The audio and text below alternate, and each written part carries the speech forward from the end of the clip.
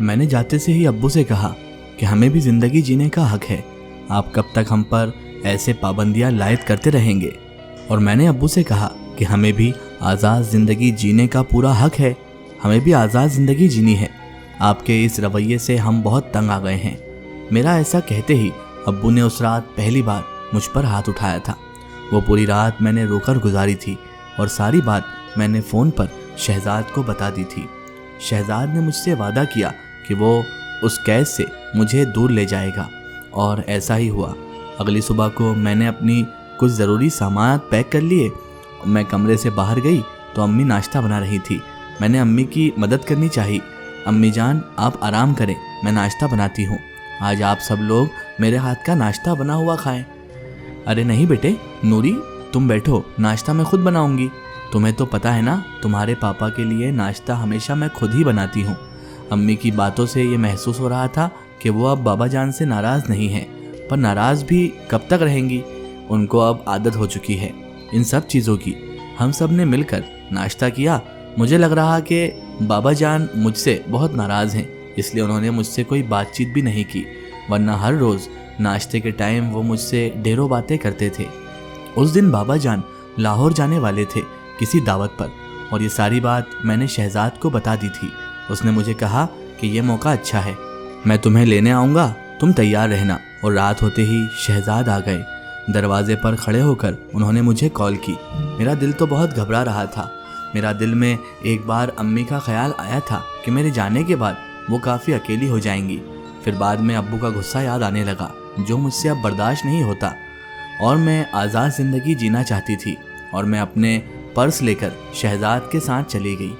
زندگی کی آنے والی مشکلات کا تو مجھے ذرہ برابر بھی اندازہ نہیں تھا کہ میں کس قدر خود کو کسی بھوچال میں دھکیلنے جا رہی ہوں۔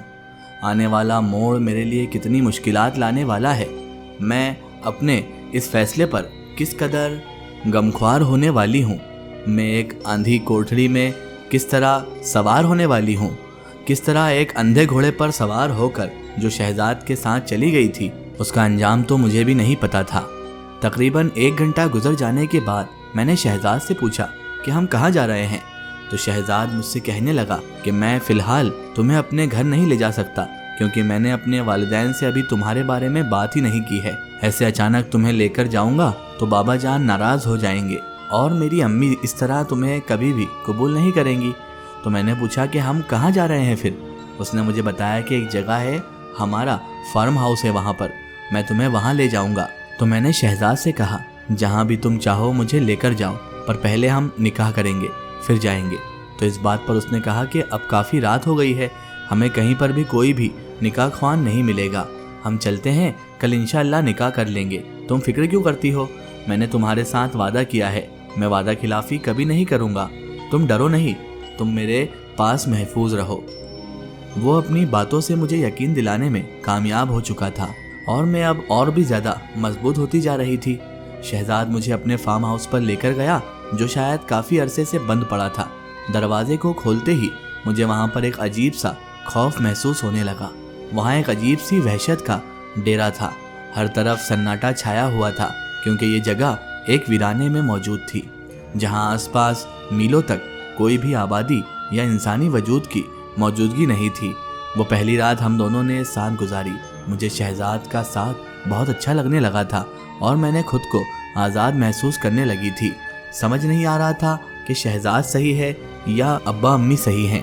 بار بار دل کسی انہونی ڈر کا مجھے احساس دلا رہا تھا، ساتھ ہی ساتھ مجھے اس جگہ پر ایک عجیب سی وحشت کا احساس بھی ہو رہا تھا۔